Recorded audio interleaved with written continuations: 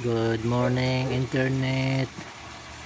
Guys, nag-spray ako ng gold rush at saka foliar fertilizer. Ayan. 15-15-30. Bali nitrogen niya 15, phosphorus 15, potas 30. Ayan guys, kompleto na guys. Maganda to guys sa maganda to sa palay. Bali 24 hours ang to, effective na to guys.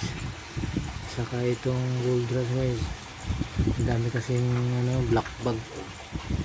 Dapat guys, ang pag-spray nito 40 ml to 50 ml lang per 16 liters.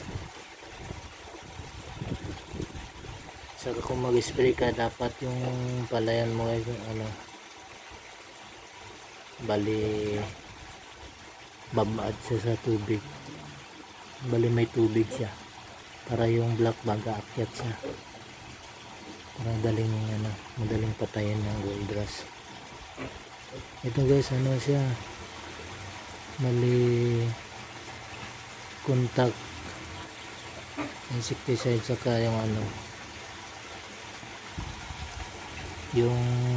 guys, systemic siya, saka pag tinamaan siya, patay din na kaagad. Ay mga maganda to guys, kasi 14 days may systemic, 14 days may protection yung palay natin. Maganda na guys. Ito naman, bali 8 kutsara yung ititimpla natin. Compatible siya guys sa compatible siya sa insecticide, pesticide.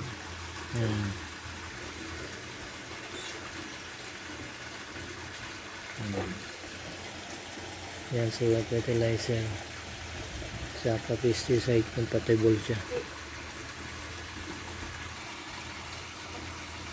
Ito yung sa rice, dapat mag-spray ka sa reproductive stage. Yung dosage niya 6 to 8 for this one.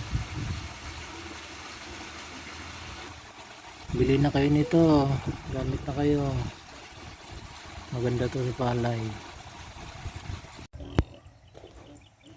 Parang ganito guys, yan, babad sa tubig.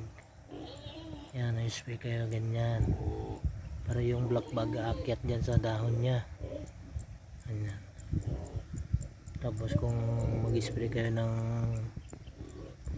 umaga, pwede rin sa hapon, alas 4:30. Ito na yung palay ko guys, gustong gusto ng black bug.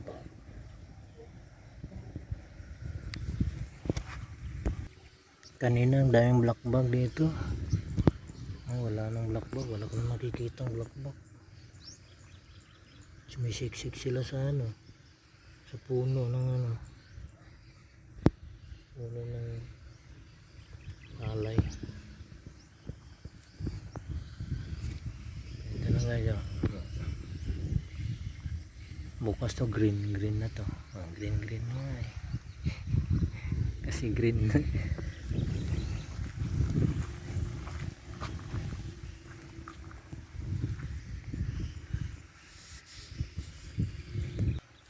25 days na tong palay ko guys.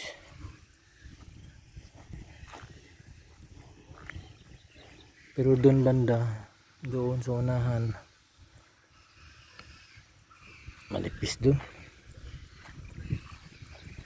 Ito makapal, pero mahabol din yan.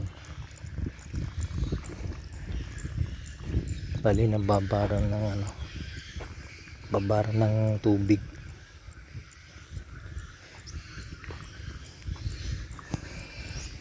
Dapat hindi tayo hindi tayo magbabad ng tubig ng 3 araw. Magbabad ka, tapos tanggalin mo na naman, magbabad ka naman after 3 days. Doon kasi dire-diretso. Bali 8 days may tubig. Kaya nagkaganon. Ayun na yung ano niya. Ayun na yung paggipi. Hindi gigipi pag ano, may tubig. Nag-spray ako ng ano dito guys, oh. Nag-spray ako ng 240 amine. Bumuka yung ano, yung palay para na-stress. Bumuka siya. Dami kasi ano damo. Broad leaves. Dami siyang broad leaves. Saka seeds.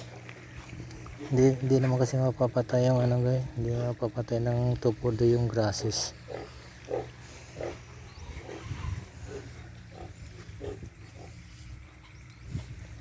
Okay guys, salamat sa panonood. Yan.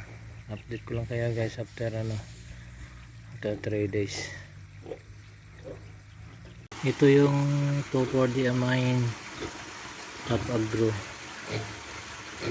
Mas ano to guys, mas hindi siya matapang kaysa dun sa ester. 240 ester, matapang yun. Seeds at saka good leaves lang ang kayang patayin nito. Mura lang kasi ito ay tag 250 pesos. Ang apply nito guys ano, hindi siya lalampas sa 20 days yung palay mo. Pag lampas ng 20 days huwag ka na mag-spray nito kasi masasaktan yung palay. Advice ko huwag mong gamitin to pag 20 days above na yung palay. Hindi sa recommend. Okay guys,